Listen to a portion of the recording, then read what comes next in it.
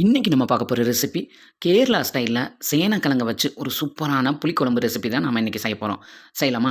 இப்போ நம்ம ஃபஸ்ட்டு வந்து ஒரு 1/2 கேஜி சேனக்கிழங்க நல்லா தோல் சீவிட்டு நல்லா வாஷ் பண்ணி எடுத்துக்கிறேன். இப்போ கொஞ்சமாக தண்ணியை வந்து கொதிக்க வச்சுட்டு ஒரு 1/4 டீஸ்பூன் அளவுக்கு இதில் வந்து மஞ்சள் தூள் ஆட் பண்ணிக்கோங்க. ஒரு 2 டீஸ்பூன் அளவுக்கு குக்கிங் ஆயில் இதோட சேர்த்துட்டு தேவையான அளவுக்கு உப்பும் சேர்த்துட்டு நம்ம வாஷ் பண்ணி எடுத்து வச்சுருக்கிற சேனக்கிழங்க இதோடு நம்ம போட்டுட்டு இது வந்து ஃபுல் குக் ஆகக்கூடாது, பாதி அளவு வேக வச்சு இதை வடித்து தனியாக நம்ம எடுத்து வச்சுக்கலாம்.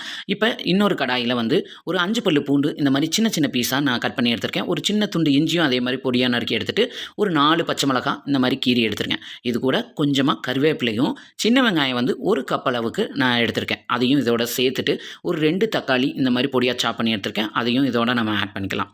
நம்ம வேக வச்சு வடித்து எடுத்து வச்சுருக்கோம் இல்லையா, அந்த சேனக்கிழங்கையும் நம்ம இதோடய சேர்த்துக்கலாம். சேர்த்துட்டு இது கூட தேவையான அளவுக்கு உப்பு, அதாவது நம்ம குழம்புக்கு தேவையான அளவுக்கு உப்பு ஆட் பண்ணிவிட்டு கொஞ்சமாக ஒரு 1/4 டீஸ்பூன் மஞ்சள் தூள், 1/2 டீஸ்பூன் அளவுக்கு நார்மல் மிளகாத்தூள் எடுத்துருக்கேன். இது கூட ஒரு 1/2 டீஸ்பூன் அளவுக்கு காஷ்மீரி மிளகாத்தூளும் எடுத்திருக்கேன்.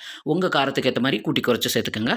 இது கூட 3/4 டீஸ்பூன் அளவுக்கு மல்லித்தூள் சேர்த்துட்டு 2 டேபிள் ஸ்பூன் அளவுக்கு தேங்காய் எண்ணெய், பச்சை தேங்காய் எண்ணெய் இதோட ஆட் பண்ணிக்கிறோம். ஆட் பண்ணிவிட்டு இந்த மசாலாவெல்லாம் கிழங்கோட கோட்டாக்குற மாதிரி நல்லா ஃபஸ்ட்டு இதை வந்து நல்லா கையில் பிசைஞ்சு விட்டு நல்லா மிக்ஸ் பண்ணி விட்டுடலாம்.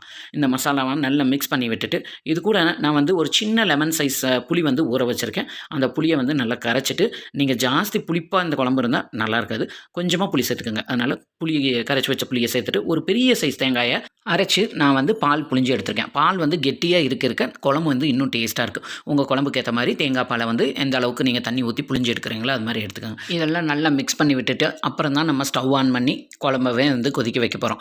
இப்போ ஸ்டவ் ஆன் பண்ணி குழம்பு நல்லா கொதித்து மசாலா வாசம் போனதுக்கப்புறமா அடுப்பை சிம் பண்ணிவிட்டு ஒரு 5 நிமிஷம் சிம்மிலே இருக்கட்டும். அப்போ தான் குழம்புல நல்ல எண்ணெய் பிரிஞ்சு வரும். அதுக்கப்புறமா ஒரு கடாயில் தேங்காய் எண்ணெய், கருவேப்பிலை, ஒரே ஒரு பெரிய வெங்காயம் போட்டு தாளித்து இந்த குழம்போடு நம்ம சேர்த்து கடைசியில் நல்லா மிக்ஸ் பண்ணி விட்டுட்டு ஸ்டவ்வை ஆஃப் பண்ணிடுங்க.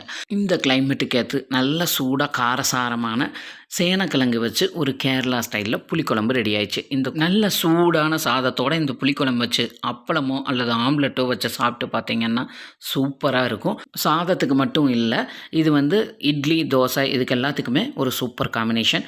கண்டிப்பாக ட்ரை பண்ணி பாருங்கள். இந்த வீடியோ பிடிச்சிருந்ததுன்னா உங்கள் ஃப்ரெண்ட்ஸ் அண்ட் ஃபேமிலிக்கு ஷேர் பண்ணி விடுங்க, அவங்களுக்கும் யூஸ்ஃபுல்லாக இருக்கும். மறக்காமல், நிறைய பேர் நம்ம சேனலை பார்க்குறீங்க, ஆனால் இது வரைக்கும் நீங்கள் சப்ஸ்கிரைப் பண்ணலைன்னா சப்ஸ்கிரைப் பண்ணிடுங்க. அப்போ தான் நான் அடுத்தடுத்து போடுற வீடியோக்கான நோட்டிஃபிகேஷன் உங்களுக்கு கிடைக்கும்.